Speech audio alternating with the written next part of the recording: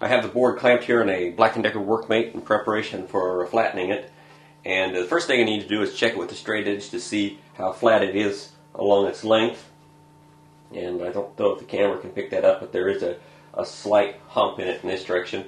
And I also need to check it from side to side like this. And that's flat that way.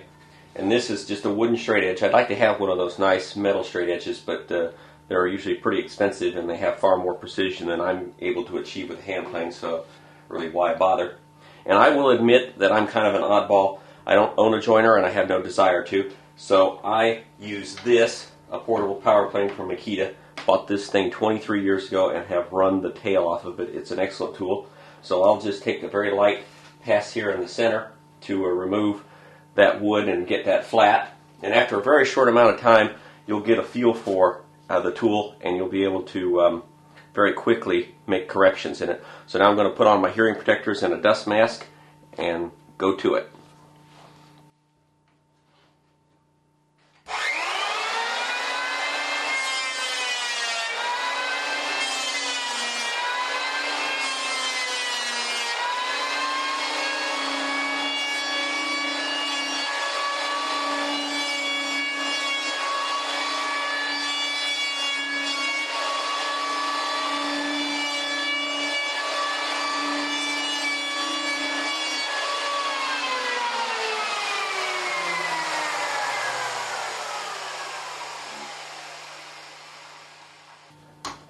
Now, one thing you'll notice that I'm not particularly concerned about it looking nice at this point. I did go very slowly because this curly maple has a tendency to chip out, and this was just freshly sharpened, so that helps.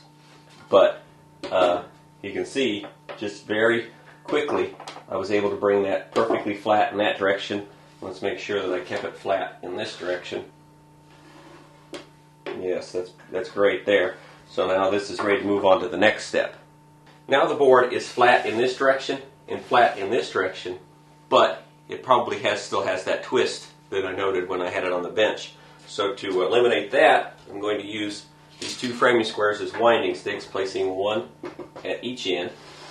And then to help in sighting across down here at the end, just to make it more apparent, I have this piece of melmaline that I'll put behind the far one.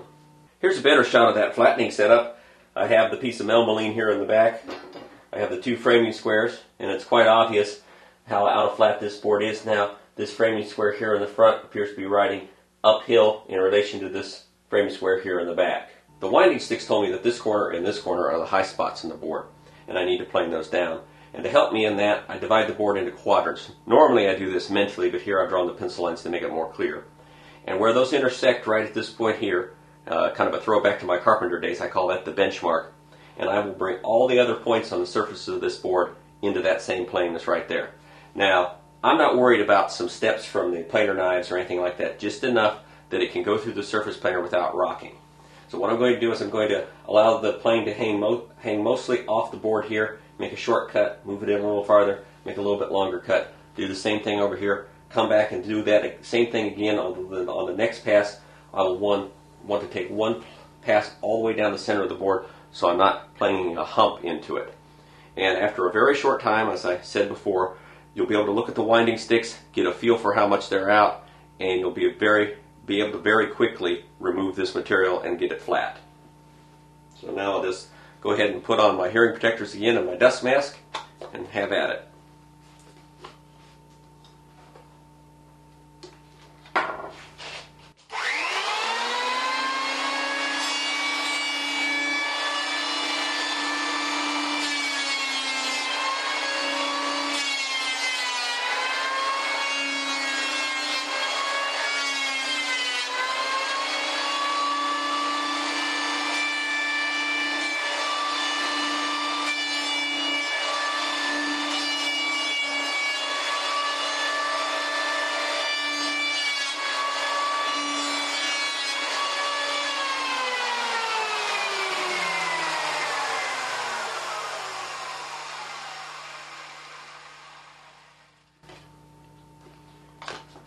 Now, I'll check them again with the winding sticks, but I'll also give it a quick check here with the straight edge to make sure that I haven't, and it's still very flat in that direction, and it's very flat in this direction, and I have a good feeling about it because I pretty much left my benchmark line. That's always important, that you leave that intersection of those lines together. And it has, like I said, a few steps in it, but nothing that would interfere with it going through the surface planer and achieving a true face on the other side. This is the kind of precision that I'm looking for. This frame square here now in the rear perfectly parallels this frame square here in the front, and this is an extraordinarily accurate way to level stock.